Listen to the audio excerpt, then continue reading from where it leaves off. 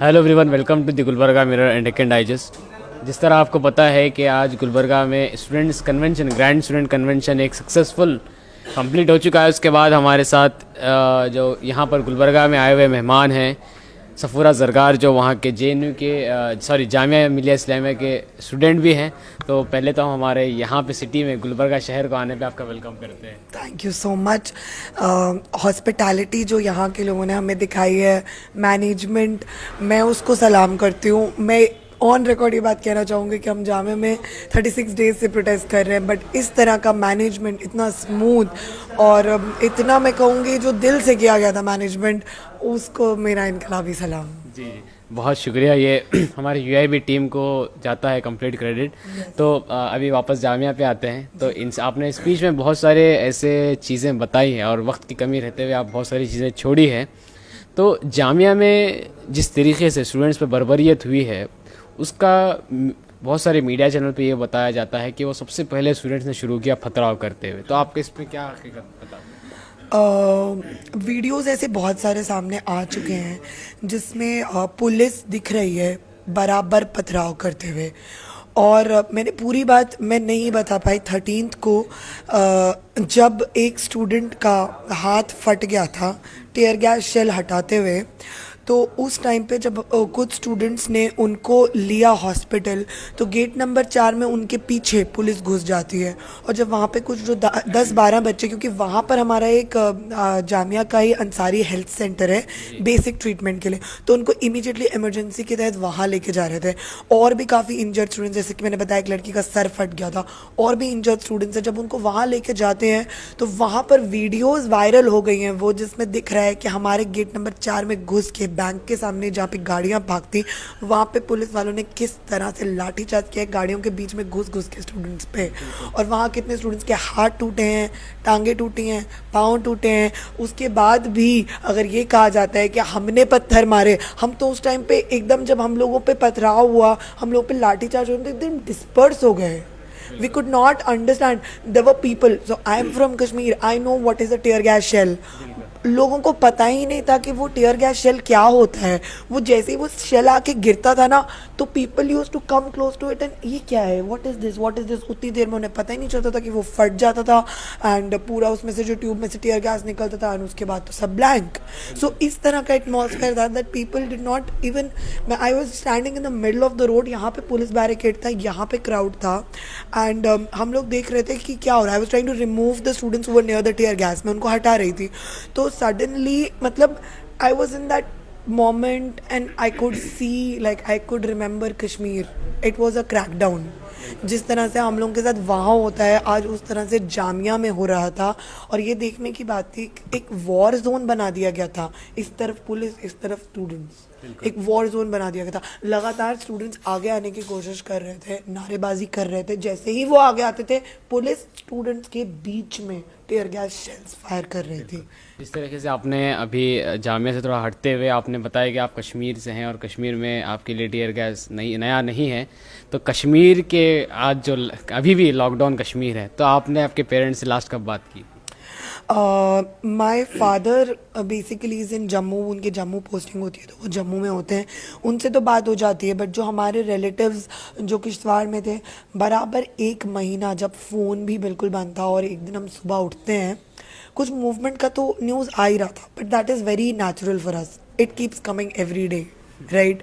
So there is a point जिसके बाद आप रिएक्ट करना छोड़ देते हो उसके लिए। तो हमने भी सुना आर्मी मूव कर रही है, कौन सी नई बात है, रोज़ मूव करती है आर्मी। तो हमें बिल्कुल एक्सपेक्टेड नहीं था।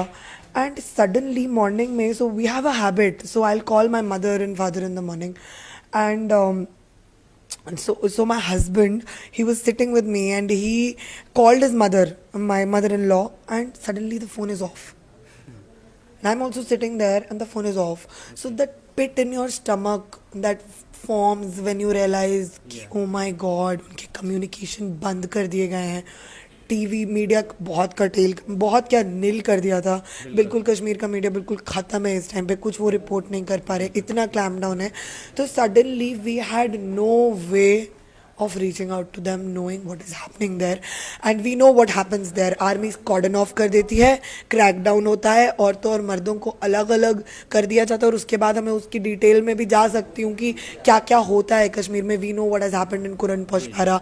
There are so many things that have happened and that are still happening in Kashmir. तो उस तरह का जो डर, जिस तरह से हम वो मॉर्निंग मैं आज भी नहीं भूल सकती हूँ कि किस तरह से सडनली एकदम सब कुछ हो गया था. And we were just अभी हम लोग कश्मीर के डिटेल में जाने से बजाय जो है जामिया पे वापस आएंगे. तो अभी आप ये जामिया का जो मूवमेंट है इसका एंड कहाँ पे देख रहे हैं? देखिए, आज़ादी की जब लड़ाई स्टार्ट हुई थी तो तकरीबन 100 साल हम लोग आज़ादी के लिए लड़े थे. तो जो एक मूवमेंट होता है, प्रोटेस्ट का आप एंड देख सकते हो, प्रोटेस्ट का एक एंड होता है, बट एक जो मूवमेंट होता है उसका आप एंड नहीं देख सकते हो. और ये जो मूवमेंट, खास करके ये जो मूवमेंट है, ये लोग इसको लीडरलेस मूवमेंट कहते हैं. लीडरलेस मूवमेंट ये क्यों है? बिकॉज ये जो जनता है, ये जो मूवमेंट है, ये उनके बीच से निकल रही है. ये मूवमेंट कहाँ तक जाएगी, किस तरह का मोड़ लेगी, ये सब डिपेंड करता है इस सरकार पे. अगर ये सरकार, जिन लोगों ने उनको चुना है, उनको इसी तरह से इग्नोर करती रही, ह्यूमिलिएट करती रही, तो ये मूवमेंट कहाँ तक जाएगी कौन बता सकता है आगे की. अब हम लोग, अगर सरकार एकदम से 6 साल के बाद भी, हम लोगों ने उनको 6 साल का मौका दिया, 6 साल में चीज़ें बद से बदतर होती रही हैं, बद से बदतर होती रही हैं. इकोनॉमिक फ्रंट पे देखिए, सोशल फ्रंट पे देखिए, पॉलिटिकल फ्रंट पे देखिए. India has become a international humiliation. पूरे इंटरनेशनली हम लोग ह्यूमिलिएटेड हैं इस टाइम पे, हमारी कंट्री. उसके बाद भी अगर सरकार कहती है हम 1 इंच भी पीछे नहीं होंगे, तो क्या लोगों को 1 इंच पीछे हटना चाहिए 6 साल इस सरकार को देने के बाद? मैं मानती हूँ कि अब हम भी 1 इंच भी पीछे नहीं हटेंगे. बिल्कुल. लेकिन आप इस तरीके से देख रहे हैं, जामिया मिलिया इस्लामिया एक एजुकेशन यूनिवर्सिटी है, तो यहाँ पे बच्चों के एजुकेशन पर कितना इफेक्ट पड़ रहा है और इनके फ्यूचर पे कितना इफेक्ट पड़ रहा है, आपको क्या लगता है? मुझे ऐसा लगता है कि डेफिनेटली फ़र्क तो पिछले 6 साल से पड़ रहा है. जिस तरह से बजट को कट कर दिया गया है, ईयर बाय ईयर हमारा जो एजुकेशन बजट है उसको रिड्यूस करते जा रहे हैं, उससे हम लोगों को इफ़ेक्ट पड़ा है. हमारी यूनिवर्सिटी में जहाँ पर आप देखेंगे नीचे तबके के लोग ज़्यादातर पढ़ते हैं, फाइनेंशियली उन लोगों का इतना नहीं होता है. उसके बाद भी जामिया हर साल सेल्फ फाइनेंस्ड कोर्सेज इंट्रोड्यूस कर रहा है, जिन कोर्सेज की लाख लाख फीस है. तो एक जो लोअर बैकग्राउंड से, लोअर क्लास बैकग्राउंड से आता है, वो कैसे पढ़ाई करेगा? तो एजुकेशन तो वैसे ही इनएक्सेसिबल हो गई है. उसके बाद आप हमारी यूनिवर्सिटी में घुस के हमारी लाइब्रेरी को बर्बाद कर देते हैं, पढ़ने की आप जगह बिल्कुल ख़राब कर देते हैं. फिर अब एजुकेशन की जहाँ तक बात रही, तो लड़ाई और पढ़ाई दोनों चीज़ साथ में होनी चाहिए, ये बात पे हम मानते हैं. दूसरी बात ये रही कि पढ़ाई बिल्कुल जायज़ है, बट ये जो लड़ाई है, ये हमारी आइन बचाने की लड़ाई है. हमारी एग्जिस्टेंस जो है वो क्वेश्चन में है. मतलब अगर हम इस देश में रहेंगे ही नहीं, हम डिटेंशन सेंटर में चले जाएंगे, तो हमारी पढ़ाई का क्या मतलब होगा और हमारी पढ़ाई कहाँ जाएगी? ये चीज़ लोगों को समझने की ज़रूरत है. बिल्कुल. तो अभी आपका ज़्यादा वक्त नहीं लेते हुए, क्योंकि आपने अभी रिसेंटली एक ज़बरदस्त स्पीच की है और स्लोगन्स भी आपने बहुत ज़्यादा लगाए हैं, तो आपकी तबीयत भी नासाजी है.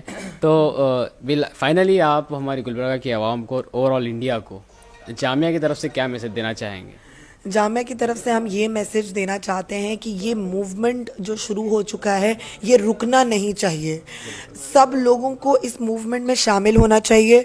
जैसे कि मैंने नारा लगाया था, आज हड़ताल कर, हड़ताल ना माने तो डेरा डाल. डेरा डाल लो, जम जाओ, पीछे नहीं हटना है. इन लोगों का राजनीति डर पे है, कम्युनल कर देते हैं, हिंदू को मुसलमान के अगेंस्ट, मुसलमान को हिंदू के अगेंस्ट. कम्युनलाइज नहीं होने देना है. जो हम सब एक हैं का नारा है, वो इस टाइम पे हम लोगों को लेके चल रहा है. और बाबा साहेब भीमराव अंबेडकर का कॉन्स्टिट्यूशन और डेमोक्रेसी को बचाने की लड़ाई है. सिर्फ मुसलमानों की लड़ाई नहीं है, दलितों की लड़ाई है, औरतों की लड़ाई है, ट्राइबल्स, आदिवासीज, जिनको ये गवर्नमेंट पूरी तरह से प्राइवेटाइज कर रही है, जो हमारे फॉरेस्ट बर्बाद कर रही है, जो जिस तरह से कैपिटलिज्म, मतलब दिन भर दिन इतना एक्सट्रीम एब्जेक्ट कैपिटलिज्म हो गया है, और जो inequality between the poor and the rich is increasing day by day बढ़ती जा रही है. इस सब को देखते हुए इस मूवमेंट से पीछे नहीं हट सकते हैं. डू और डाई का मूवमेंट है. और शाहीन बाग में मैं बताना चाहूँगी, ये जज्बा है कि अभी